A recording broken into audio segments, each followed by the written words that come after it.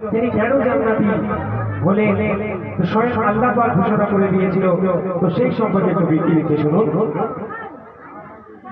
জীবনে শোনো কেমন ছিল মা ফাতেমা, জীবনে শোনো কেমন ছিল মা ফাতেমা, স্বয়ং আল্লাহ যাকে জান্নাতি বলে করে ঘোষণা, স্বয়ং আল্লাহ যাকে জান্নাতি বলে করে ঘোষণা।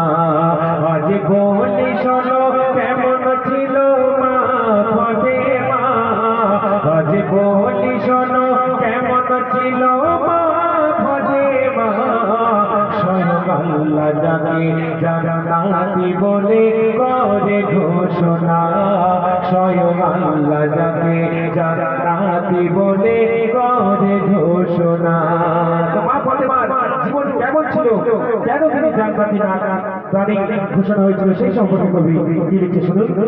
কবি লিখছে কেমন কষ্ট করে চলত তাহার জীবন সংসার, কেমন কষ্ট করে চলত তাহার জীবন সংসার, রোজ দুবেলা তার ভালো করে হতো না, রোজ দুবেলা তার ভালো করে হতো না, আর তালি দেয়া বড় কাপড়ে, ও গো তালি দেয়া বড় কাপড়ে সে জীবন কাটালো, ও গো তালি দেয়া বড় কাপড়ে সে জীবন কাটালো, তার সংসারে বাতি জ্বালানোর ফেলে নাহি ছিল, তার সংসারে বাতি জ্বালানোর ফেলে নাহি ছিল, আলী যে গরিব,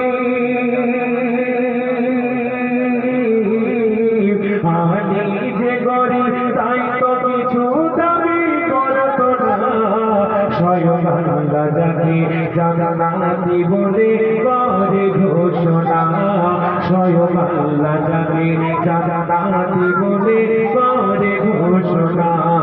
আজ বলি শোনো কেমন ছিল মা ফাতেমা, আজ বলি শোনো কেমন ছিল মা ফাতেমা, স্বয়ং আল্লাহ যাকে জান্নাতি বলে করে ঘোষণা, স্বয়ং আল্লাহ যাকে জান্নাতি বলে করে ঘোষণা।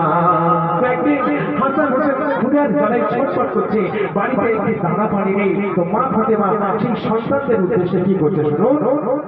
একদিনে হাসান হোসেন খুদার জ্বালায় কান্না করে, একদিনে হাসান হোসেন খুদার জ্বালায় কান্না করে, কি দেবে খেতে মা ফাতেমা কিছু নেই ঘরে, কি দেবে খেতে মা ফাতেমা কিছু নেই ঘরে, আর অল্প গরম পানি পাথর নিয়ে, অল্প গরম পানি পাথর নিয়ে উঠোনে বসিয়ে দিল, তখন একটু খুশি হয়ে দুজনে ঘুমিয়ে গেল, তখন একটু খুশি হয়ে দুজনে ঘুমিয়ে গেল, সহিতে পারে না,